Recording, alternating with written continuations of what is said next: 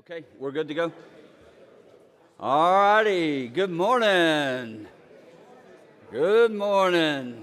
All right, let's grab your coffee, food, make your way to the tables. And I have one quick announcement for all of you men. There is a sign-up sheet on your table, so please sign it and then pass it to the next table if they don't have one. But we want to make sure that we have an indication of who's here. So say that again. Everybody repeat after me. What was your assignment? Write on your name on the table sheet. Melissa will kill me or kill you if you don't.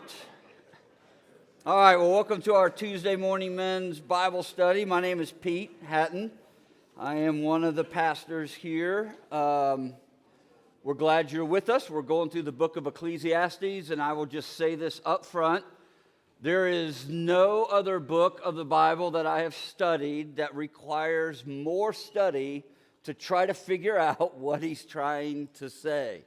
So a lot of hours went into today's study. But we're going to jump right in, and I'm only going to read just a couple of verses. You have it there on your handout. But last week, Paul kicked off, and the writer calls himself Koheleth, which is more than a preacher. It's a wise man, a sage.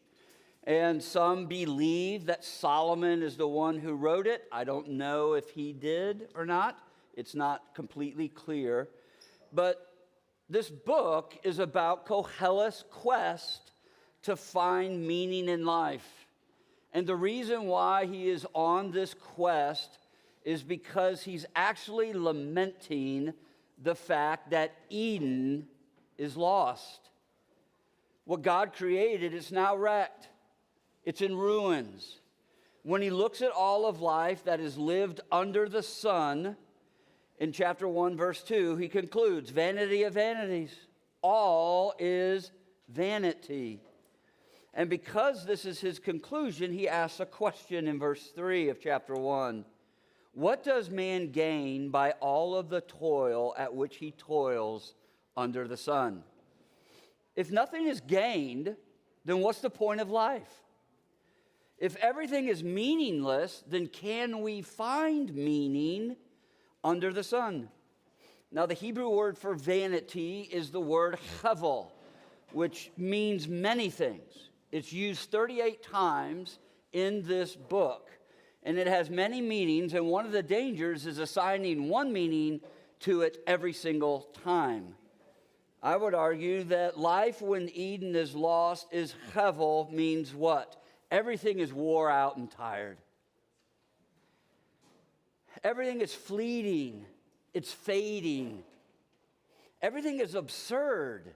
It's frustrating. It's futile. Everything is unsatisfied and meaningless. Because the gain that we seek does not exist under the sun. We are tirelessly striving for the gain that we can't find. And Koheleth wants us to look honestly at this reality. He wants us to face it. He wants us to evaluate it. He wants us to actually embrace it. See, gain doesn't exist under the sun because this fallen world cannot give you what you ultimately long for and what you were created for. It can't give you meaning. It can't give you an identity. It can't give you value. It can't give you worth that you need. See, in chapter 1, he deals with wisdom. And he wanted us to see that we are limited as human beings. We're creatures. Knowledge, wisdom, and human ability can't fix the broken fallenness of this world. And it can't fix you. Nor can it change the way things are. So this week, because wisdom didn't work. He's going to turn his attention to pleasure. And the question that our text is going to raise is this: is there anything in this world that can truly satisfy the human heart? Can anything be gained from pleasure? Well, let's look. Verse 1 of chapter 1. That's all I'm going to read. Of chapter 2, I'm sorry. I said in my heart, come now, I will test you with pleasure. Enjoy yourself. But behold, this also is vanity. This is the word of the Lord. All right. Now, radio personality Paul Harvey, he tells this grisly story of how an Eskimo goes about killing a wolf. He says, first, the Eskimo will coat his knife blade with animal blood and then freeze it. And then he'll add another layer upon layer upon layer where the blade is completely concealed by frozen blood. And then next, the hunter would fix his knife in the ground with the blade up. When a wolf senses the blood, he goes over and finds the bait and begins to lick it. And before you know, he licks faster and faster. They get more vigorous until the blade keen edge is bare. So feverishly now, harder and harder, the wolf licks the blade in the Arctic night. So great becomes his craving for blood that the wolf does not notice the razor-sharp sting of the naked blade on his own tongue, nor does he recognize the instant at which his insatiable thirst is being satisfied by his own warm blood. His carnivorous appetite just craves more until the dawn finds him dead in the snow. What's the point? People who seek to find meaning in life from pleasure can easily become consumed by their own desire. See, the danger of pleasure seeking is that it feels good for a while, right? But when it can't ultimately satisfy, it leaves you empty with a stronger desire to be filled. The longer you go without being satisfied, the more intense the pursuit to be satisfied becomes. This is where people will do anything to satisfy it. This is why the grass is greener. We fall for that over here, thinking that, oh, this is better. This will satisfy. This is where we believe I can get it over here instead of here. This is why people's lives so easily spin out of control. This is why pleasure can easily turn into addiction, because we need more of it to stimulate us. See, what's interesting, too, is when you stop and think about it, what leads people to seek satisfaction from pleasure a lot of times is simply because we're bored. When we're bored, we feel like we have to do something. Being bored is not fun, so we got to do anything to try to find some pleasure. Or for others, it's we want a distraction. Or we want to escape. I don't want to face something. And I just want something pleasing to distract me. Or to help me escape from it. I want something to just shut my mind off after a long, hard day of work, so I will just veg out in front of the TV for hours upon hours at night. Or for some of us, we want something to numb the pain. Life in a broken, fallen world is painful. And because it's so painful, I want some kind of pleasure. I deserve some kind of pleasure. Because things aren't pleasurable. So what do? We turn to shopping. We turn to food. We turn to pornography. We turn to alcohol, drugs. We turn to hooking up with another woman every night. See, what's so fascinating in chapter 2, it's interesting because in chapter 1, he's pursuing wisdom. And he concludes in chapter 1:18 that in much wisdom there is much vexation. He who increases knowledge increases sorrow. So after coming to the conclusion that even wisdom is vanity, he immediately turns to pleasure.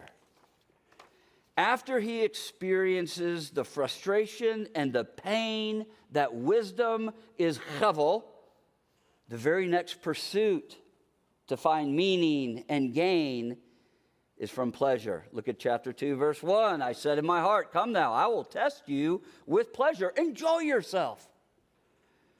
Chapter 2, verse 10. And whatever my eyes desired, I did not keep from them. I kept my heart from no pleasure. See, seeking pleasure after experiencing pain, it makes sense, doesn't it? When things aren't pleasurable, we want some kind of pleasure. Now, let me state this up front, right at the beginning here. Seeking pleasure is not wrong. Pleasure, in fact, is a good thing. In chapter 2, verse 24, Koheles says, pleasure is a gift from God. But to pursue pleasure as an end in and of itself, to believe that pleasure can ultimately satisfy, that's when things go south real quick. So here's a catchy phrase I want y'all to, you can write it, memorize it, whatever. God's good gifts, things in creation that bring us pleasure, bless us with pleasure. But when we look to the good gifts to be God, it beats us up and bleeds us dry. See, the danger is that whatever we seek pleasure from can easily become viewed and treated as if it were God. To be viewed and treated as if it were God, what do? We make a good thing ultimate, where I have to have it. And when it becomes ultimate, it rules us. It controls us. We worship, as Paul says in Romans 1, and serve created things rather than our Creator. We make it an idol. When we look to it to be God, to give us what only God can give, when we make a created thing into an idol, we're misusing it. We're treating it as something it was never intended to be. We seek to get something from it that it was never meant to give. And because created things were never meant to satisfy us, we're left empty. We're left unfulfilled. And the desire to be filled gets more intense. This is why people will do anything, and I mean anything, to satisfy it. So if our pursuit to find satisfaction is not wrong, then what is wrong is where we go to try to find it. And the question is what we look to, is it valuable and worthy enough to give us what we truly seek? That's the question. Can what I'm seeking pleasure from, can it truly satisfy? Can it truly give me the gain that I'm seeking? Well, this is what Koheles is seeking to find out. And he's basically going to look at 9 things, okay? We're not going to have time to look at all of them. I'm just going to look at some of them.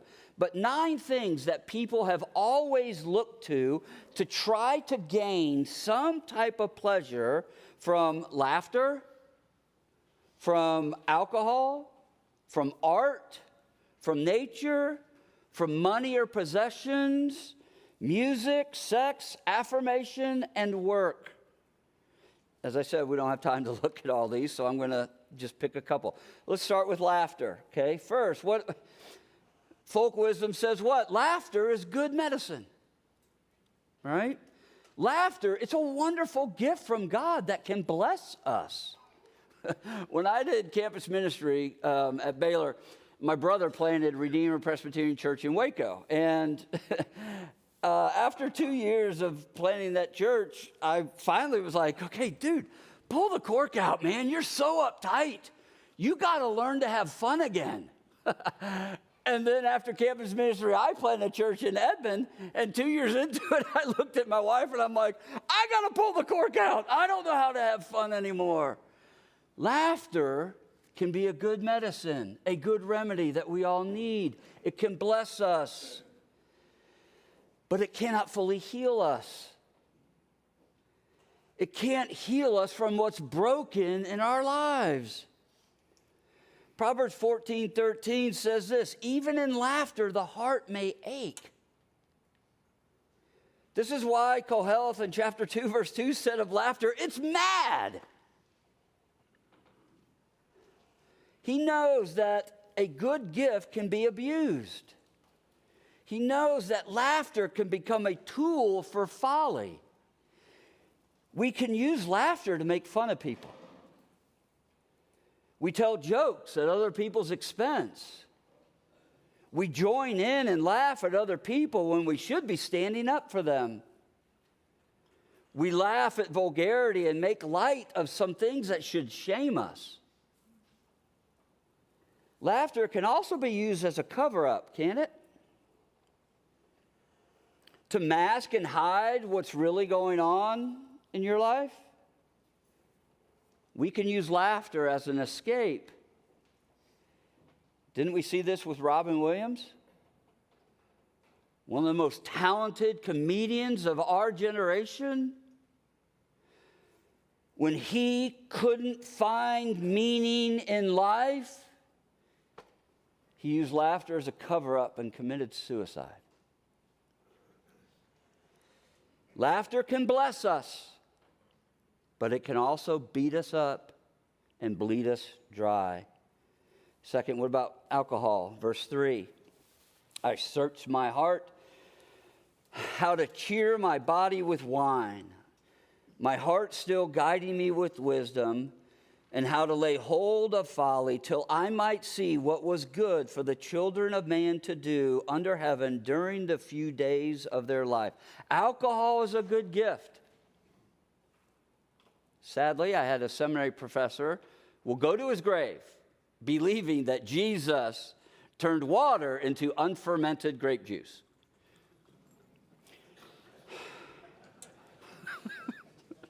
I'm glad. It's still early. Okay, getting up before the sun rises should be outlawed. That's all I can say. All right, so alcohol is a good gift. Koheleth, in chapter 9, verse 7, he's going to say, wine can give us a merry heart.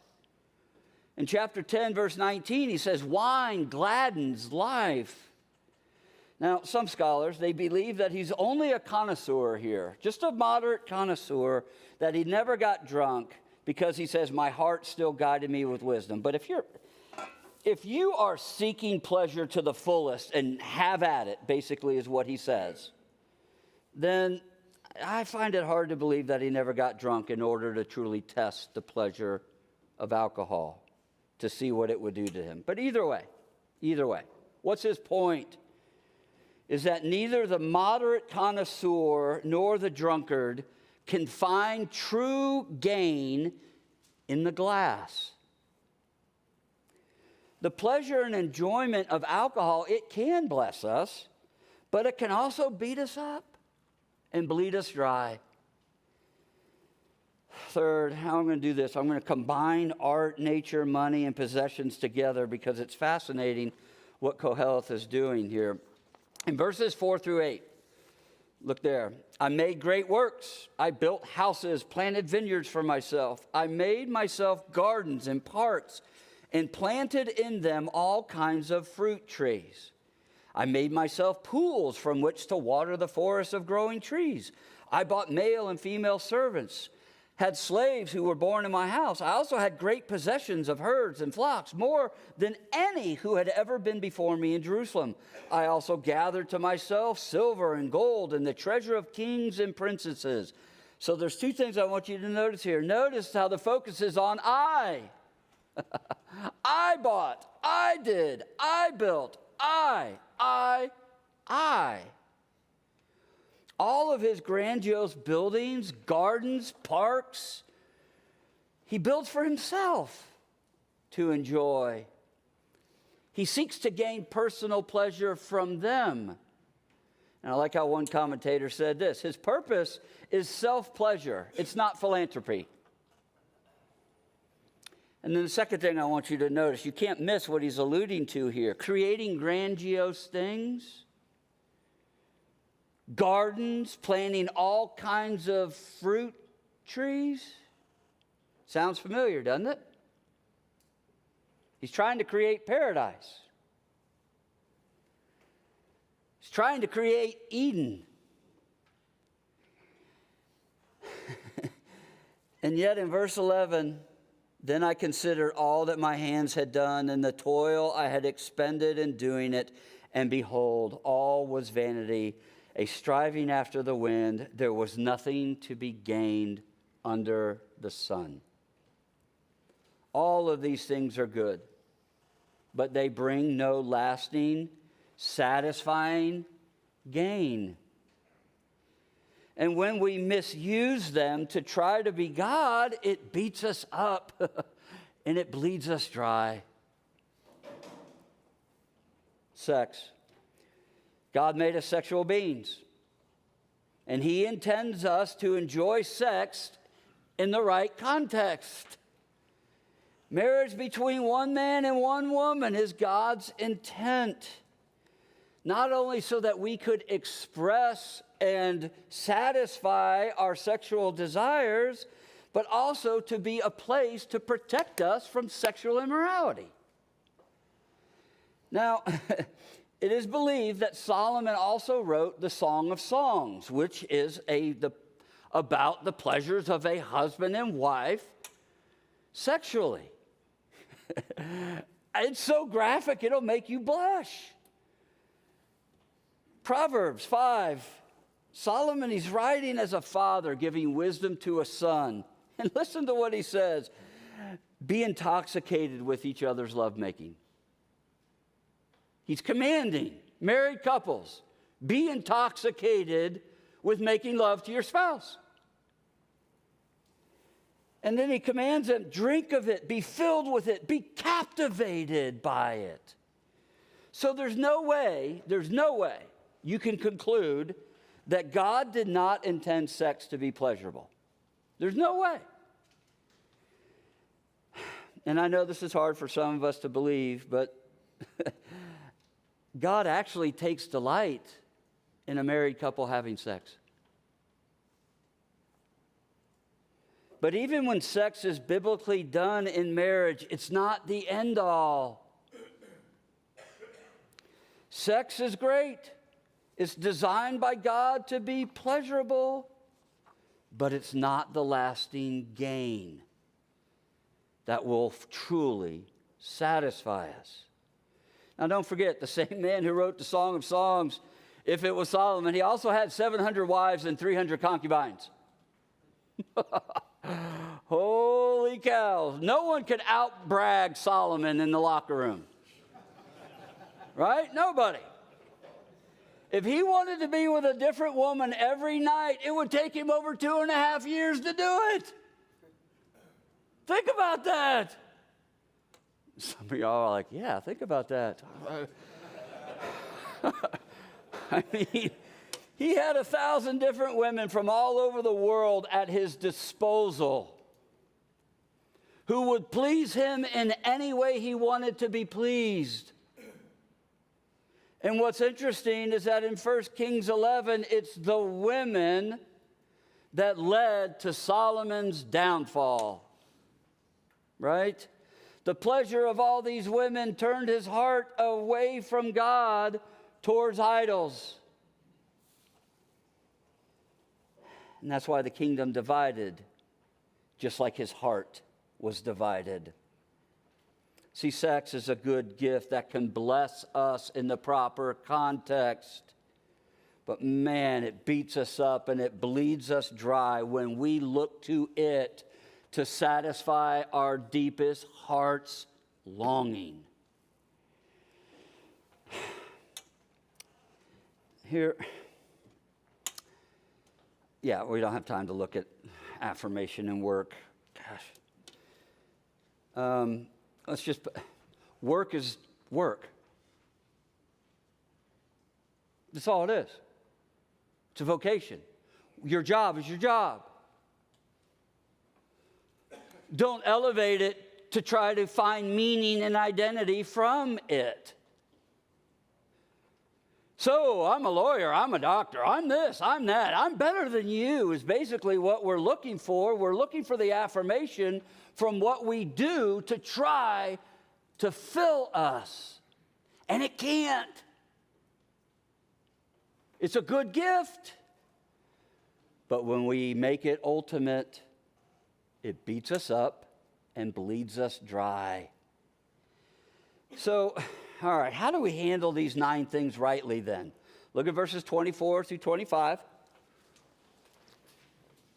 Oh, I'm going to have to fly. Okay, 24 to 25. There's nothing better for a person than that he should eat and drink and find enjoyment in his toil.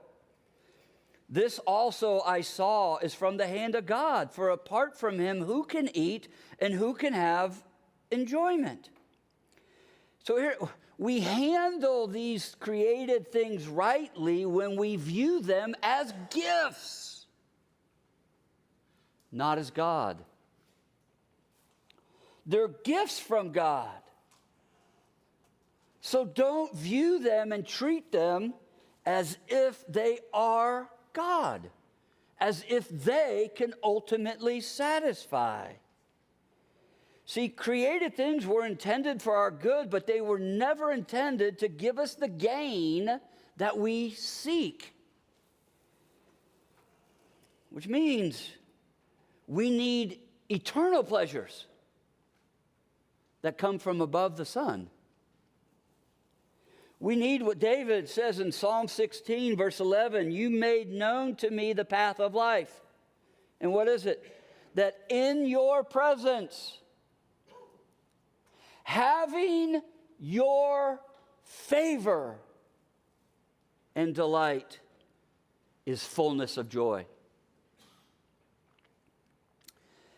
At your right hand, David says, are pleasures forevermore. See, we need eternal pleasures that can only be found at God's right hand. We need the pleasures that come from the one who lived for us, the one who died for us, the one who was raised victorious to sit where? At God's right hand. See, the gain that we all seek is the longing to know that I matter. The longing to know that God is pleased with me. But because we misuse and abuse God's good gifts, we know we have displeased God. We know that we have failed God. And that's why we all fear.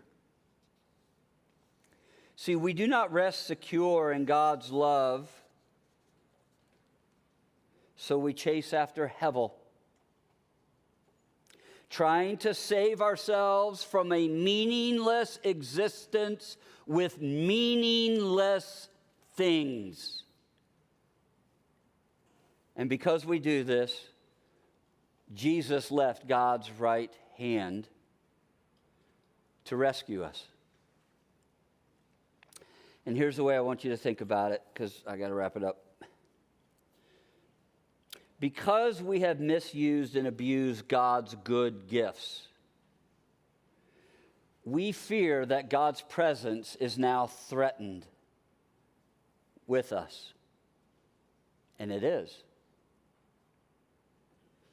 So Jesus came to eternally secure God's presence so that it would never leave us, so that it would never forsake us. See, while he walked among us, he had us in mind, knowing that we would misuse and abuse his good gifts. So he never did. He treated God's created things as good gifts perfectly, never misusing them, never abusing them. But here it is. He never abused or misused God's gift. And because he did, God is pleased with him. But Jesus didn't do this perfectly for himself. He did it for us. Why? So he could give us his Father's pleasure. He did it so that we could find meaning in having God's delight. He did it so the longing that we were created for could be met. He affirms you. He delights in you. He loves you, and that won't ever change. So now, Christian, when you abuse and misuse God's good gifts, the one who sits at God's right hand says, I forgive you. I pardon you. I still love you, and nothing can change that. You are eternally secure in my presence. So here it is. Only when we rest secure, knowing that we have God's eternal pleasure and delight, will we be able to enjoy God's good gifts for what they are. Good gifts from the hand of my Creator and my Redeemer, which is meant to help me to enjoy life instead of seeking to find life from them. See, when you trust in Jesus, you gain the meaning that you seek. Why? Because you gain Him. And in Him, you have the eternal pleasure and delight of God. Let me pray. Heavenly Father, gosh, this book, what I love about it is that it takes an honest look at life in a broken, fallen world. And Koheleth is lamenting something because he knows we were created for another world. A world where everything is right, where I'm right with God, where God's right with me, where I'm right with all of creation. And yet that world got turned upside down and is no more. And that's why we need to be rescued, because we're looking to this world to be what God never intended it to be. So my prayer is simple. Help us to see the reality of how we are looking to your good gifts to be you. Why do we need to see this? So we would repent and come back to you, realizing that only in you can we find the gain that we truly seek. And I thank you that Jesus secured your presence with us for all of eternity because he lived the perfect life that we were required to live. And then he dies in our place, paying for all of our sins' penalty. And then you raised him, which always gives us hope of change. So now, help us to fix our eyes on Jesus, the author and perfecter of our faith, who for the joy that was set before him endured the cross, so that we could always have your smile, presence, and delight. And we ask that you would do this for your glory and for our good. In Jesus' name, amen.